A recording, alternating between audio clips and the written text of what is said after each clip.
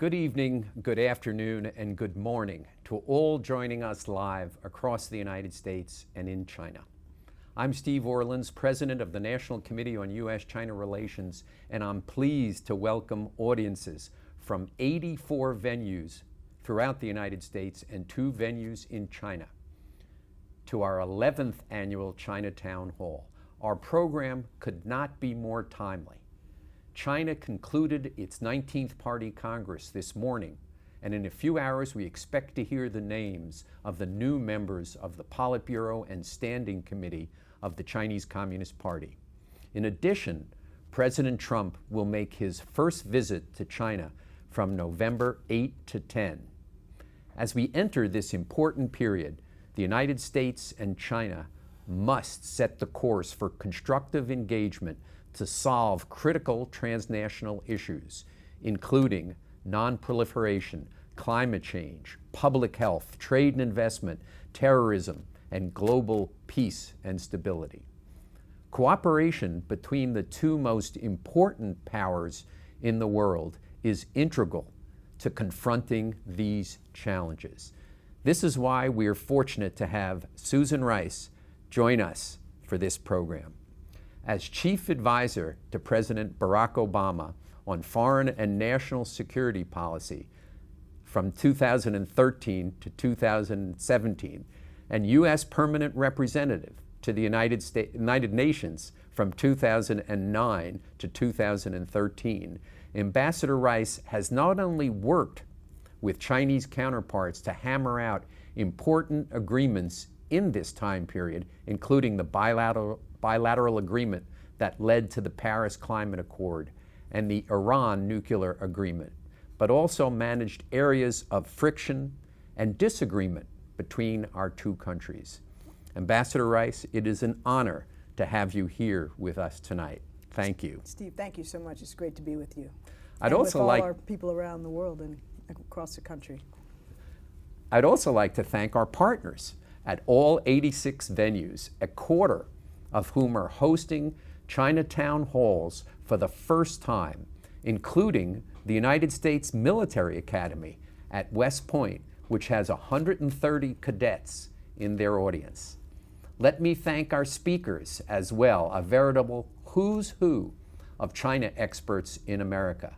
We also thank the Star Foundation for funding Chinatown Hall, as well as United Airlines for its support of the program.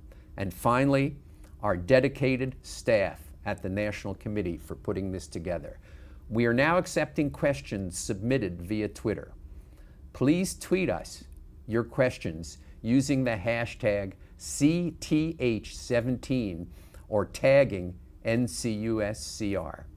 Let me begin with a few questions of my own for Ambassador Rice. Ambassador Rice, thank you again for being here.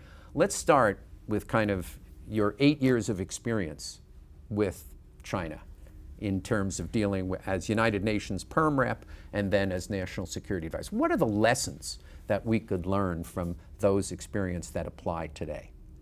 Well, Steve, we viewed the U.S.-China bilateral relationship as the most complicated, complex, but also consequential relationship in the world. And we invested very heavily across both terms of President Obama's administration to try to get this relationship right. And by right, I mean the following. We believe, and we demonstrated, that there are many areas in which the United States and China can achieve constructive cooperation. And we demonstrated that from nuclear security to climate change to disease prevention to counterterrorism and a whole range of issues. But at the same time, obviously, we have a relationship that has very serious elements of competition to them. And the challenge is to maximize cooperation while managing the competition, whether economic or strategic, responsibly. And I think that for the most part, we managed to strike that balance. And what was most gratifying was to see that we could move beyond the traditional topics of dialogue between the United States and China and get into some very concrete areas where we could make tangible progress that benefited the people of the United States and China and, in many instances, the people of the world. You met with the top leadership You met with Xi Jinping, you met with Yang Jiechi. What's the sense of what they wanted from you? Well, I think very importantly, they wanted to know that I was speaking for the President of the United States and that I was able to negotiate and represent and portray our interests and his reliably. And that is why I think that President Xi was kind enough to make time for me every time I visited as National Security Advisor, and why we took care to treat our Chinese counterparts when they came to the United States with a high degree of attention and respect. Because of the complexity of the relationship, we have to remain in close communication.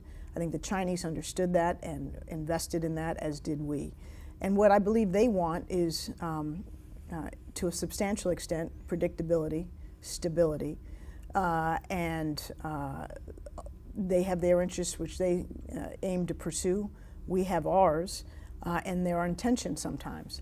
But the challenge is to see if we can manage the points of friction in a way that maximizes our respective abilities, and in my case, the United States' ability to achieve our interests and advance them without provoking unnecessary or inadvertent risk of conflict.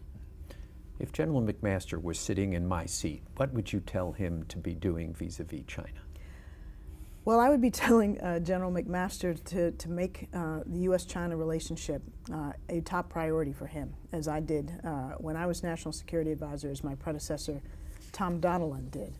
The U.S.-China relationship works best when there's a high degree of communication and maximized mutual understanding at the highest levels. I think that President Trump came in with some pretty hot rhetoric around China that left the Chinese side not clear as to what our intentions were. But I do think his first meeting with President Xi at Mar-a-Lago went some distance to establishing a personal relationship between the two of them. I think General McMaster is well suited to, obviously alongside Secretary Tillerson, to play a leadership role in managing the U.S.-China relationship. The Chinese have traditionally looked to the White House to exert leadership over the wide span of U.S. interests and agencies. And I think General McMaster, should he choose to do so, could bring some coordination and stability to policies related to China, which I think, as many have seen, have not always been consonant. Every time President Obama went to China, did you go to China in advance of his trip? When I was National Security Advisor, yes. I went to China, I prepared the trip. And in fact, I went to China when President Xi was on the verge of coming to the United States as well in 2015. So I went to China in 14, 15, and 16. I received my Chinese counterparts every year as well. And we found that that close preparation and engagement was essential to advancing our interests, but also to ensuring that points of friction could be managed to the greatest extent possible. Do you think it's unusual or odd that General McMaster has not been to China in preparation for President Trump's trip, which is now 15 days away? Well, I think they have chosen to manage the bilateral relationship somewhat differently. It seems that Secretary Tillerson is playing the most active role. And of course, in the Obama administration, Secretary Kerry in the second term played a very active role, and Secretary Clinton in the first term as well. So it's not an either-or. But you always went. I did go. Well, it worked. Did National Security Advisor Donilon always go prior to? Donilon also Can you recall a National Security Advisor who has not gone to China? I'm not sure what happened in previous administrations. And in fairness, it's really 9 months, 10 months into the Trump administration. So I suspect that should General McMaster choose to make this one of his priorities, he has ample time to do so. But I do think, as I said, that we found in any event that careful, close coordination of the U.S.-China relationship from the White House, bringing together the economic agencies, the security agencies, the intelligence agencies, was very beneficial. President Obama went 11 months. He went in November of 2009. You were at the UN then, but and I joined him on that trip. Yes, you joined him on the trip, and National Security Advisor Donilon had been in advance of that. What constitutes a success for a presidential visit? You've traveled with presidents all over the world. Is it the media that plays it in the U.S.? What really, and specifically when President Trump goes to China in 2 weeks, what will constitute a success? Well, let me answer the question generically and then try to answer it specifically. Generically, a success, in my judgment, is best judged by the quality of the outcomes and whether we have moved the needle on key issues that matter to both sides. In the case of the U.S.-China relationship, when I would go over to prepare for the trips, I would come with a substantial list of things that we knew we wanted to accomplish and that would advance U.S. interests, whether in the climate realm or development or nuclear nonproliferation, you name it. We were ambitious in the outcomes that we sought. And the Chinese side had their list of desired outcomes. And sometimes there were very difficult issues like cyber security issues or the South China Sea or North Korea that were contentious, or many of the economic issues as well, that we had to delve into deeply to try to see if we could make progress or mitigate our differences. And so I think in the case of President Trump's upcoming visit, I think it's very important that he not simply settle, as the Chinese may want him to, for pomp and circumstance. The Chinese, as you know, are extremely good at ceremony. They're extremely good at banquets. They're extremely good at the trappings of state visits. And if they think that that is all that the other side is seeking, then that's likely to be all that is derived from the meeting. I think we need to go in with a very concrete set of asks and demands. And I say demands not in a confrontational way necessarily, but they're real issues we need to deal with, including progress on North Korea, including South China Sea, continuing on the cyber side. And I hope very much that the Trump administration is looking for areas where we can expand our cooperation, not just points of friction. In the economic side of the relationship, I think we have set ourselves up for a potential failure by raising the bar so high with the president's rhetoric on trade and on China bashing, when the reality is we have a mutually interdependent economic relationship where, yes, there are issues that are very frustrating to the U.S. side, and we need to manage them, and we need to play hardball, but we can't make empty threats that we may not be willing to back up.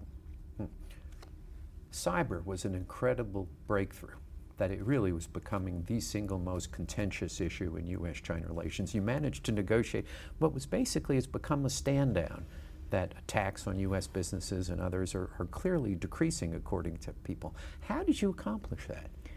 Well, that's, I think, a little talked about incredible accomplishment. Well, I appreciate your noting it. I do think that it was among the areas that was causing the greatest friction in the bilateral relationship.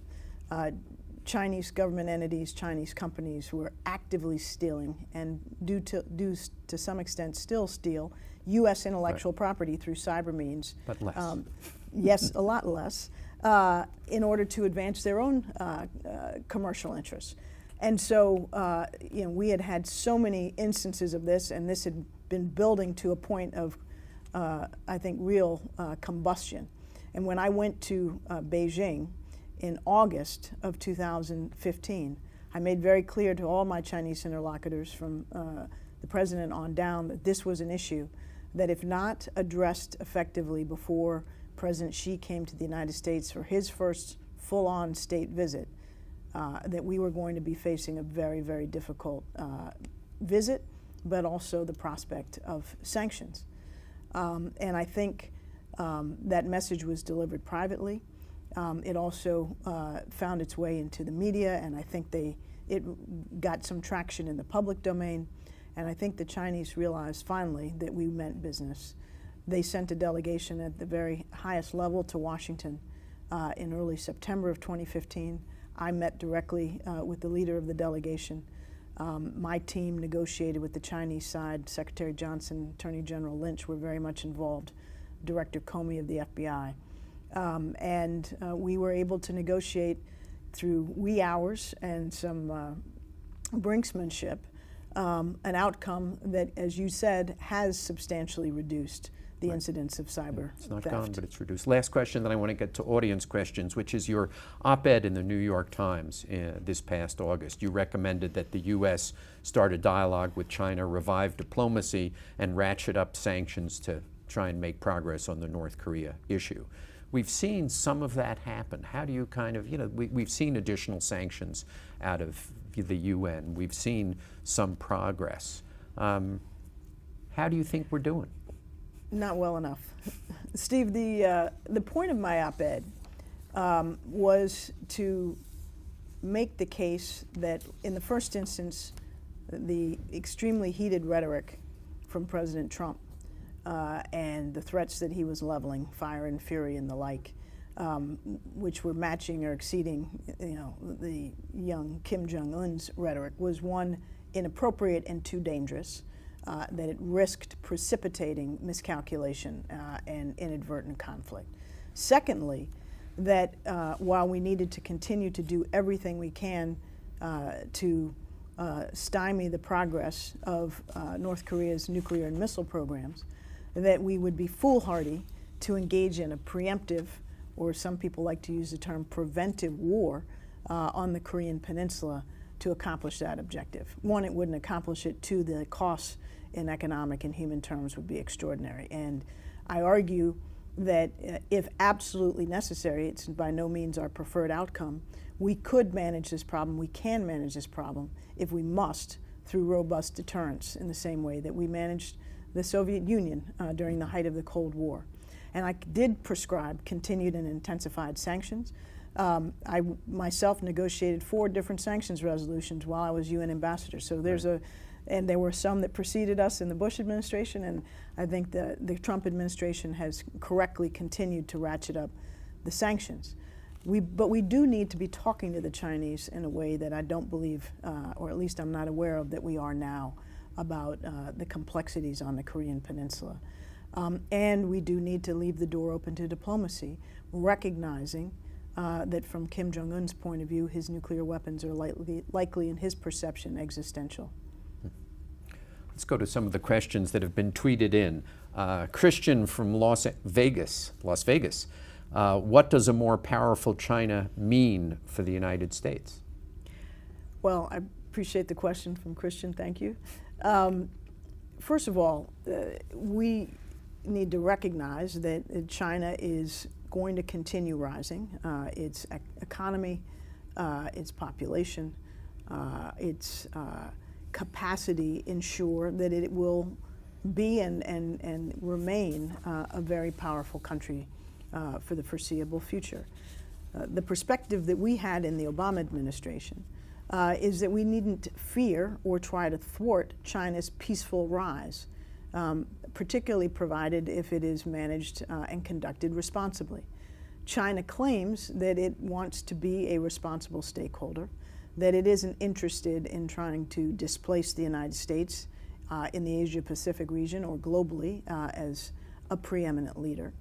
And I believe that, that with wise and thoughtful leadership on the United States' part, steady leadership, that we can manage a world in which China grows and continues to prosper, and view it as not antithetical necessarily to our interests, but potentially beneficial given the size of its market, given the fact that it can play, if it chooses to, a larger and more meaningful role on the global stage.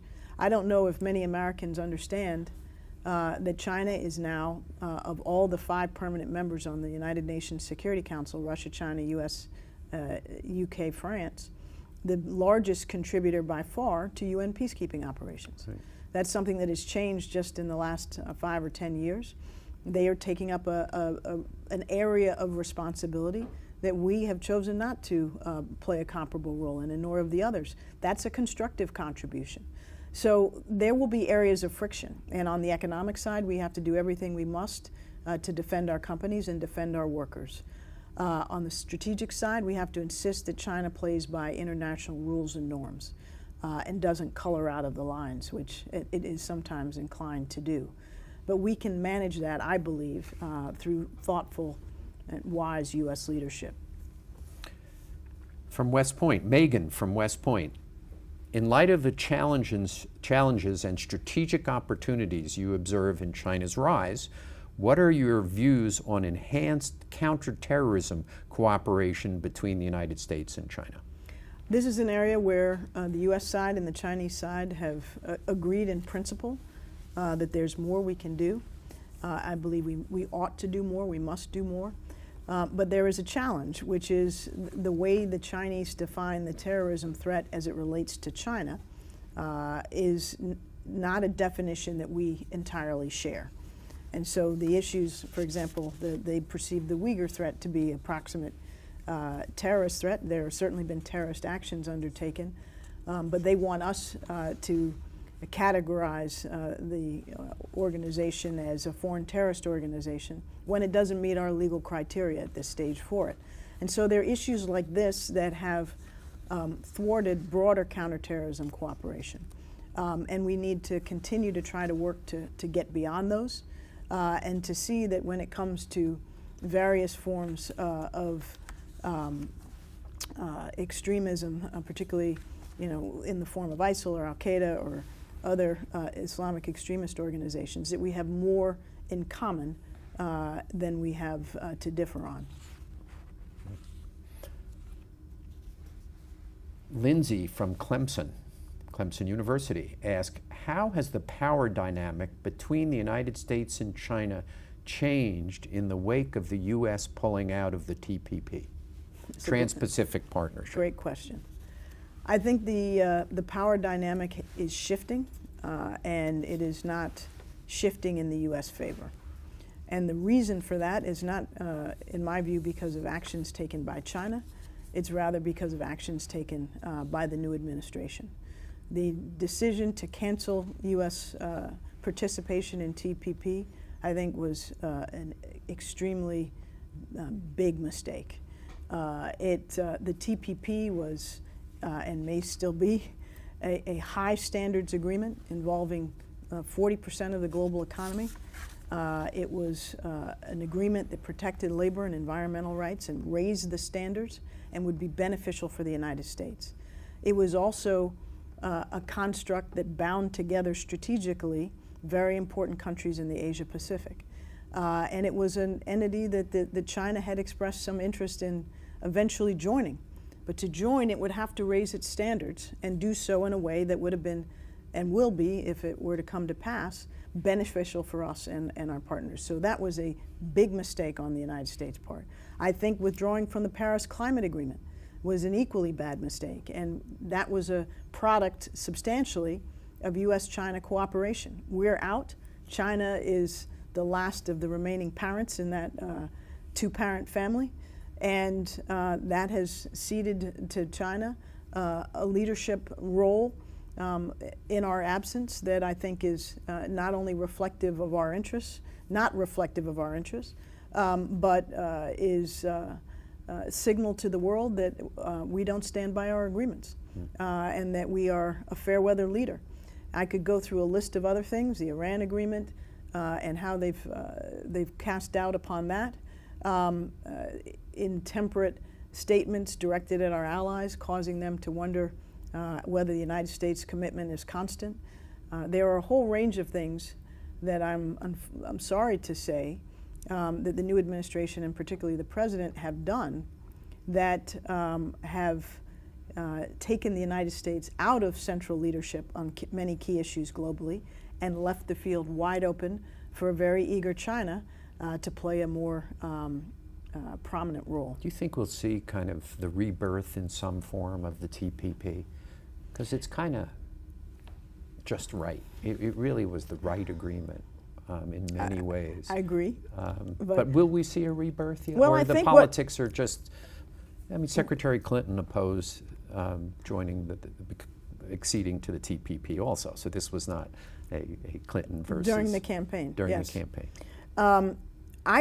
My view is, first of all, I think that the other signatories to the TPP are likely to find a way to try to keep it alive, perhaps in the hope, or maybe eventually not even in the hope, that the United States will reverse course and come back, whether in a new administration or perhaps even in the current administration.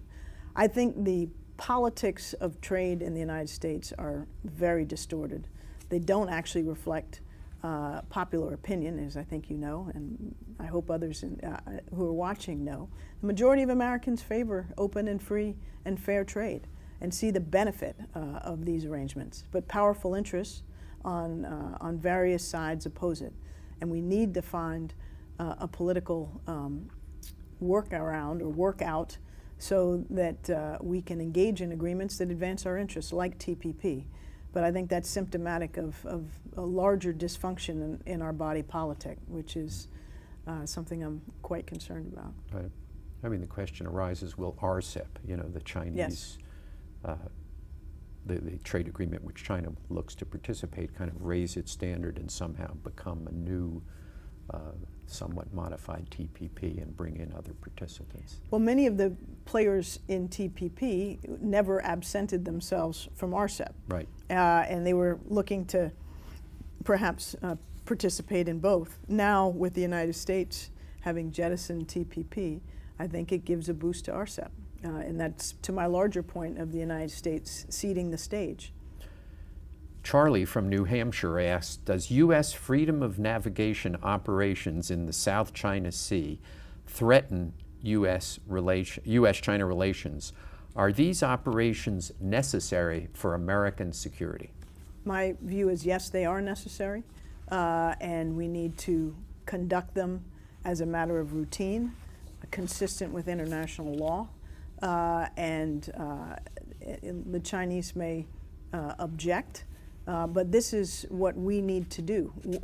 International law allows for these freedom of navigation operations outside of the 12 nautical mile boundaries, and we conduct them on an equal opportunity basis, challenging the claims, we believe the excessive claims of all claimants, not just China. The United States has been very clear that we will fly and sail and conduct commerce and move our military assets through the Asia Pacific and the rest of the world as we must and will, consistent with international law. And we're not going to be deterred in doing that by any objection. So where does it find? It's just a friction. It's just an existing friction which we learn to live with. Well, we've been living with it for decades, and we've been living with it in the last the several years. Chinese hadn't built islands until the last. And they built those islands, many would argue, outside of the bounds of international law and norms. We have not taken a position on the legitimacy of claims, either by China or other claimants. We needn't. Our point in the freedom of navigation operations is that any country has the right to sail, in this case, through international waters, as long as it's consistent with international law. And we're going to continue, I hope, under President Trump, and I think we have been somewhat less frequently, but nonetheless continuing to do so, to assert our rights and those of any sovereign nation to do the same. This one fits into even a job which I didn't mention that you had, which is Assistant Secretary of State for African Affairs. That which was a little earlier during in my career. during your Clinton years. Yes. What's the best approach for American foreign policy as it relates to China's significant investment and expansion into Africa? Well, I'm glad to have that question and to address Africa in the context of the U.S.-China relationship. We actually worked with China on a number of issues related to African security rather effectively, and I was able to do that quite directly as UN ambassador and to continue that as national security advisor. There are issues like South Sudan and Sudan, like the Ebola crisis, and many others, building health infrastructure on the African continent, even some areas where we were able to cooperate on development for the first time during the Obama administration. where we could find common ground and cooperate in a fashion that was beneficial for each of our countries and for the African countries that we were working with. But there's another side to the coin, which is that China's involvement in Africa economically is extractive often. It is not tied in any way, shape, or form to values, whether that be human rights or democracy, the rule of law, anti-corruption. And it has the potential not only to undermine the aspirations of civil society in these African countries, but they also rarely employ sufficient African labor. They're bringing Chinese labor to Africa and displacing or failing to employ African labor. Interesting. That relates nicely to the next question, which is Ali from Lexington. What do you anticipate, because the Belt Road Initiative obviously stretches all the way from China everywhere, all the way to Europe, basically, anywhere but North America and South America and Australia. What would you anticipate as the biggest impediments to the implementation of China's Belt Road Initiative? That's a great question. I think corruption is going to be a real challenge for China as it works with some of these countries where funds are likely to be misappropriated and big projects perhaps not completed or completed in a fashion that will not be enduring. I think another challenge may also be that the economics of some of the proposed linkages are not as real in practical terms as they may be attractive in strategic terms. And so I do think there's a potential that China's eyes are bigger than its stomach in terms of what it can actually digest in terms of what it invests. Foreign aid is not as easy as it seems. Joyce from Harrisburg, Pennsylvania asks, what can Americans, I think by this she means American citizens, do to encourage better relations between China and the United States, especially with regard to resolving the problems with North Korea? I think generally and with respect to North Korea. Well, generally, I think average citizens can do a lot. And I think one of the most important things we can do is to educate ourselves about China, to study Chinese, to travel and study in China, and to know much more intimately than most Americans do this very complex, fascinating, and important country.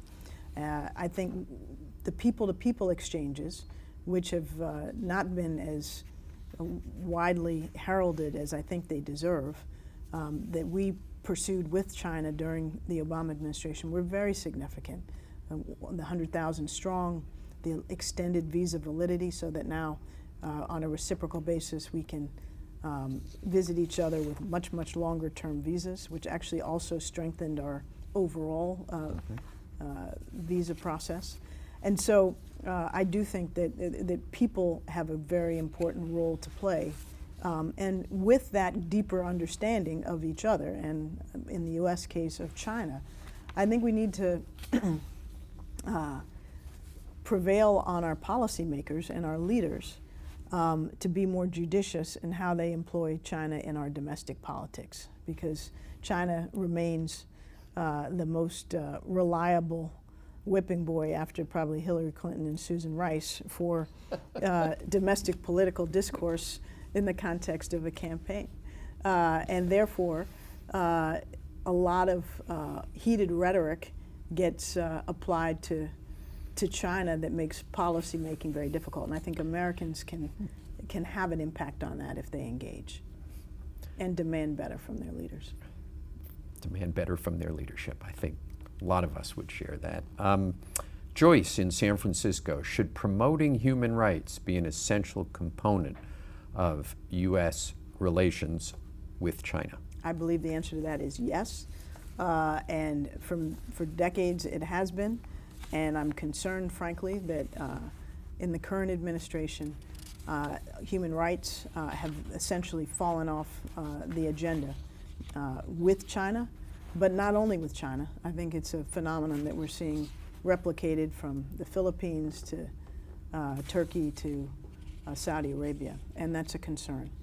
Our values and our advocacy for human rights and democracy are not only part of who we are and represent universal values, but they also make us safer and more secure. Democracies are less likely to go to war than countries that are not democracies. Countries that respect their citizens' human rights are safer, usually more responsible actors.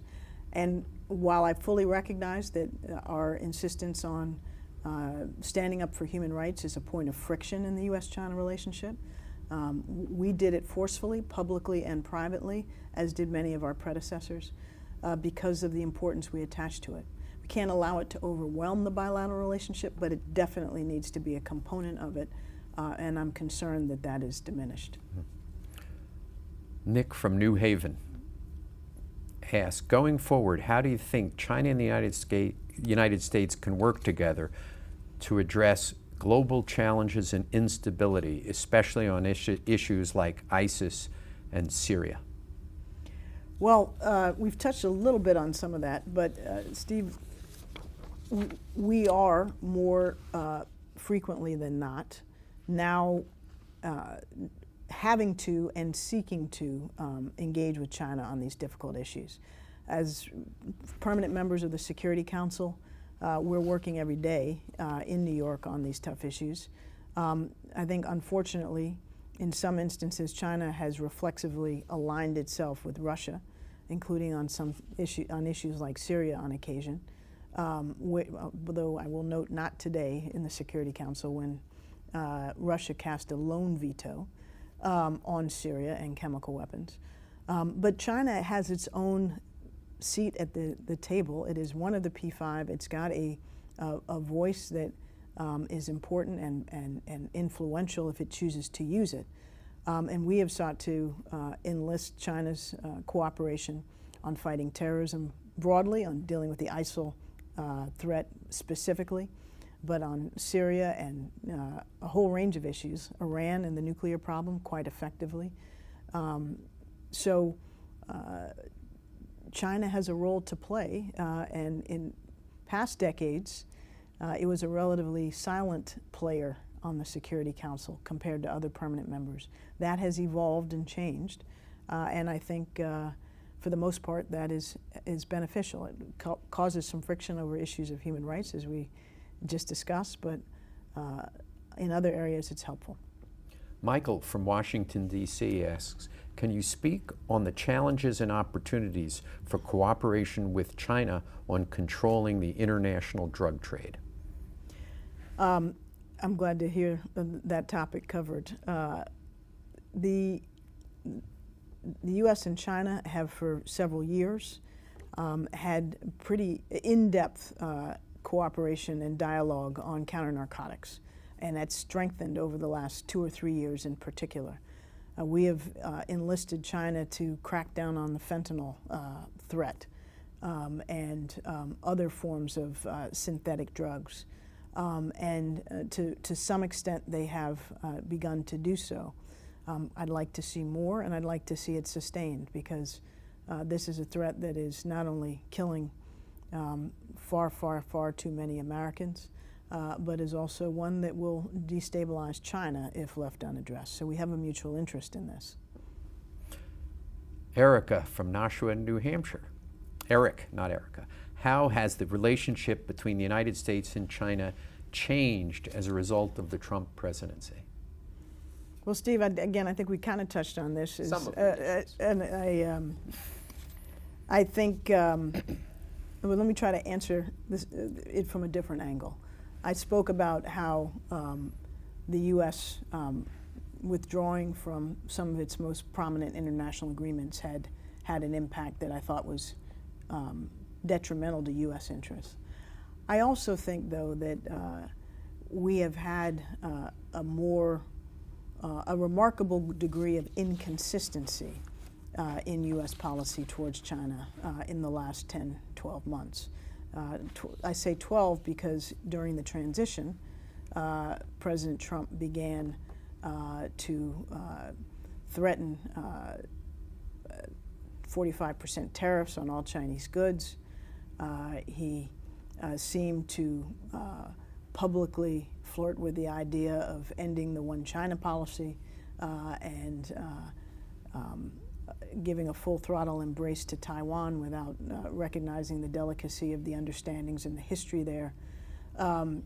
We've heard different views on North Korea's, the extent of Chinese cooperation on North Korea. Sometimes we praise them, sometimes we bash them.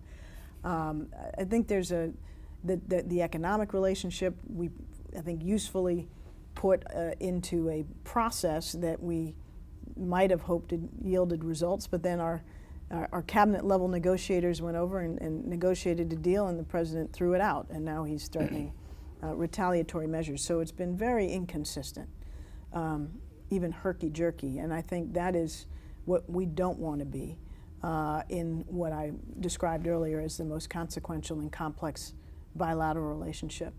I think it also leaves our allies in the region uncertain and uncomfortable. Brian from Bettendorf, Iowa asks, it's a long question, so let me just say, during your tenure in the Obama administration, what were the strategic goals you sought to achieve regarding Taiwan? How successful do you think you were? Well, our approach to Taiwan was very consistent with the approach of prior administrations. And, you know, our policy on Taiwan has long been guided by the 3 communiques and the Taiwan Relations Act. We did not seek to deviate from that. We continued to value the relationship with Taiwan and to provide defensive military equipment on a regular basis, as we have for many years. That obviously is something that the Chinese have never appreciated and has occasionally been a point of friction. But we have our obligations and we have stuck by them, but I think we did so in the context of the Obama administration in a steady and predictable way. And I think that is very important to try to do in the current context as well. Sam in Palo Alto, what do you think are the most important problems for the U.S. and China to collaborate on over the next decade? Well, another very good question. We've talked about some of them: counterterrorism, nonproliferation. I think we need to get back to cooperating on climate change, where nothing can be accomplished without the United States and China.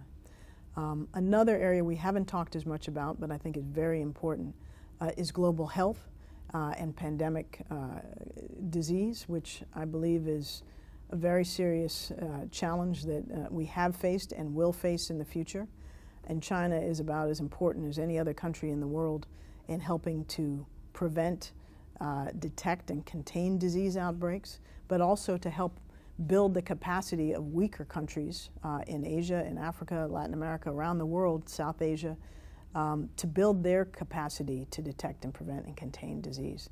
We launched something during the Obama administration that with 40 other countries, including China, called the Global Health Security Agenda, which was to build that capacity in these weaker, poorer states. And it's vitally important. And China's role as a leader in global health is one we need to encourage and support, because it serves our shared interests. Was the joint fight against Ebola kind of a bright, shining moment in U.S.-China cooperation? It was a good one. That was something that I pressed very hard for in 2014 when I visited Beijing in advance of President Obama's upcoming summit. I went in August as the Ebola crisis was really starting to grow out of proportion. And I made a proposition to the Chinese on behalf of President Obama that this could be an area where they could join us in providing funds, personnel, and expertise to try to stamp out the Ebola epidemic in the 3 countries that it was prevalent in West Africa before it spread globally. It was a new area for the Chinese. I think they had to ruminate on it, but eventually when they came to the General Assembly roughly a month later in New York, they were prepared to make a meaningful commitment, and they did. And one of the images that I think both the Chinese side and the U.S. side were proud to note was on the tarmac in Liberia when U.S. personnel and Chinese personnel were working together to offload Chinese goods off a Chinese plane. And that was just one small symbolic indication of what we can do on things that aren't necessarily, only in the U.S. interest or only in China's interest or only in the interest of U.S. and China, but have a potential benefit globally. We have unfortunately run out of time, but this has been fascinating, wonderful, informative, and we thank you so much for your time. And to all the venues, all the 86 venues, I now welcome you to interact with your local speakers who can answer further questions about U.S.-China relations and China generally. But Ambassador Rice, thank you so much for joining us. Thank you very much for having me. It was great fun.